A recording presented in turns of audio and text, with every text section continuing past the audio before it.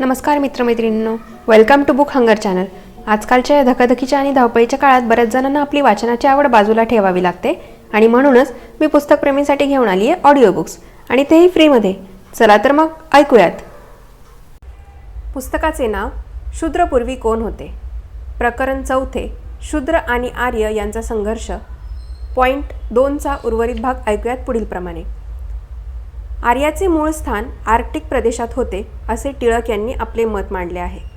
उत्तर ध्रुवाकडील प्रदेशात खगोलाची आणि हवामानाची जी परिस्थिती आहे ती लक्षात घेऊन टिळक यांनी आपला वरील सिद्धांत मांडला आहे. ते म्हणतात, ही 2 प्रकारची दृश्ये आपणापुढे उभी राहतात. उत्तर ध्रुवाच्या प्रदेशात उभे राहणाऱ्या माणसापुढील दृश्य आणि उत्तर ध्रुव व आर्क्टिक वर्तुळ यामधील प्रदेशात राहणाऱ्या माणसापुढील दृश्य, या 2 दृश्याची वर्णने टिळक पुढीलप्रमाणे करतात. 1. उत्तर ध्रुव.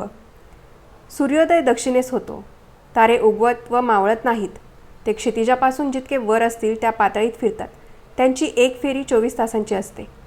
आकाशाच्या उत्तरेकडील अर्धा भाग हा सरळ डोक्यावर येतो. ते सर्व वर्षभर दृश्य असते. आकाशाच्या दक्षिणेकडील अर्धा भाग सदोदित अदृश्य असतो. एक रात्र व एक दिवस मिळून वर्ष होते. रात्र व दिवस 6 महिन्याच्या असतात. वर्षातून फक्त एक सकाळ व एक सायंकाळ असते. म्हणजे वर्षातून सूर्य फक्त एकदा उगवतो व एकदा मावळतो. परंतु सकाळचा व संध्याकाळचा प्रकाश सुमारे 2 महिने टिकतो. सकाळचा व संध्याकाळचा हा तांबूस प्रकाश एकाच दिशेला पसरलेला असतो असे नाही. कुंभाराच्या चाकाप्रमाणे तो फिरतो. त्याची एक फिरकी 24 तासांची असते. सूर्याचे बिंब क्षितिजावर येईपर्यंत सकाळच्या प्रकाशाचे फिरणे चालू असते. त्यानंतर सूर्याचे फिरणे 6 महिने चालते. म्हणजे असे की उत्तर ध्रुवावर बघणाऱ्या माणसाभोवती सूर्य फिरत राहतो. त्याची एक फेरी 24 तासांची असते. 2.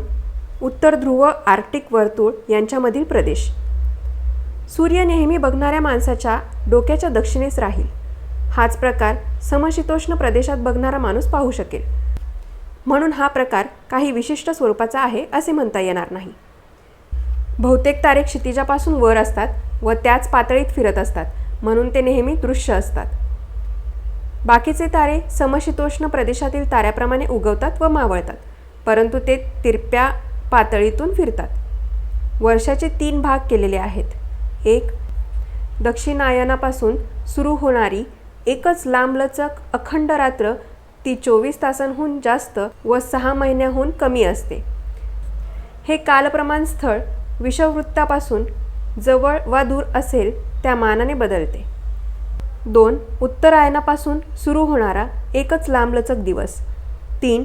वर्षाच्या बाकीच्या भागात रात्र व दिवस यांचे रहाटगाडगे चालू होते.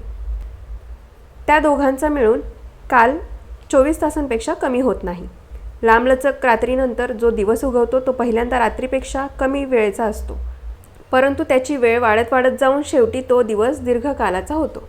दीर्घकालाचा दिवस संपल्यानंतर रात्र सुरू होते, परंतु रात्रीचा काळ वाढत वाढत जाऊन शेवटी ती रात्र दिवसापेक्षा लांबलचक होते आणि ती संपली की वर्ष पुरं होते.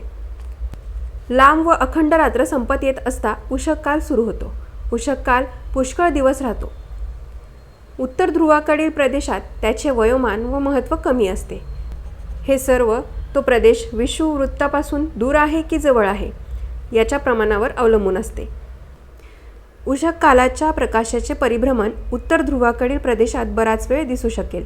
साधारण दिवस व रात्र यांच्या दरम्यान उगवणारे उषःकाल हे समशीतोष्ण कटिबंधातील प्रदेशात दिसणाऱ्या उषःकालाप्रमाणे फक्त काही तास चालू असतात. क्षितिजावर पूर्णपणे आल्यानंतर सूर्य ध्रुवावर उभे राहून बघणाऱ्या माणसाभोवती दिवसभर फिरत राहील. तो रात्री क्षितिजाच्या पूर्णपणे खाली राहील. वर्षाच्या बाकीच्या भागात सूर्य उगवेल व मावळेल. तो क्षितिजापासून वर 24 तासापैकी काही तास राहील. सूर्य क्रांतिवृत्तापासून जसा लांब व जवळ असेल तसा त्याचा क्षितिजावरचा काळ बदलत राहील. टिळक यांनी शेवटी खालीलप्रमाणे निष्कर्ष काढलेला आहे. येणेप्रमाणे आपणापुढे दोन्ही प्रकारची दृश्ये उभी राहतात. ही दृश्ये ध्रुवाकडील प्रदेशात आणि उत्तर ध्रुव व आर्क्टिक वर्तुळ यांच्यामधील प्रदेशावरून पाहावयास मिळतात. ती पृथ्वीच्या इतर कोणत्याही भागावरून पाहावयास मिळत नाहीत. ध्रुवाजवळच्या प्रदेशात लाखो वर्षांपूर्वी जे हवामान होते ते आज कदाचित तसेच मूळच्या स्वरूपात राहिलेले नसेल, परंतु पृथ्वीचे ध्रुव लाखो वर्षापूर्वी ज्या स्थितीत होते त्याच स्थितीत आजही आहेत. म्हणून लाखो वर्षापूर्वी खगोलात जी दृश्ये दिसत होती ती आजही दिसू शकतील व पुढेही अनंत काळापर्यंत दिसू शकतील. आर्क्टिक प्रदेशात खगोलातील दृश्ये कशा प्रकारे दिसत होती याची माहिती टिळकांनी सांगितली आहे. त्या माहितीला उचलून धरण्यासाठी त्यांनी पुढीलप्रमाणे विचारसरणी मांडली आहे. वर वर्णन केलेली दृश्ये वैदिक वाङ्मयात आढळून आली तर ती दृश्ये ध्रुवाकडील प्रदेश किंवा उत्तर ध्रुव व आर्क्टिक वर्तुळ यांच्यामधील प्रदेशावरून दिसत होती असे समजण्यास प्रत्यवाय नाही.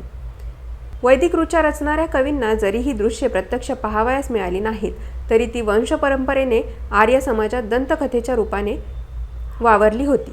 म्हणूनच कवींनी त्यावर कवने रचून त्यांना वैदिक वाङ्मयात अढळ स्थान देऊन टाकले. वाङ्मयात याबद्दलचे बरेच उल्लेख मिळतात. आपल्या सोयीसाठी ते सर्व उल्लेख 2 वर्गात टाकूया. जे उल्लेख व संदर्भ लांब रात्र व लांब उषा यांची वर्णने करीत आहेत ते एका वर्गात व जे उल्लेख व संदर्भ लांब रात्र व उषा यांच्याबद्दलच्या ज्या आख्यायिका व दंतकथा आहेत यांच्याबद्दल वर्णने करणारे आहेत ते दुसऱ्या वर्गात.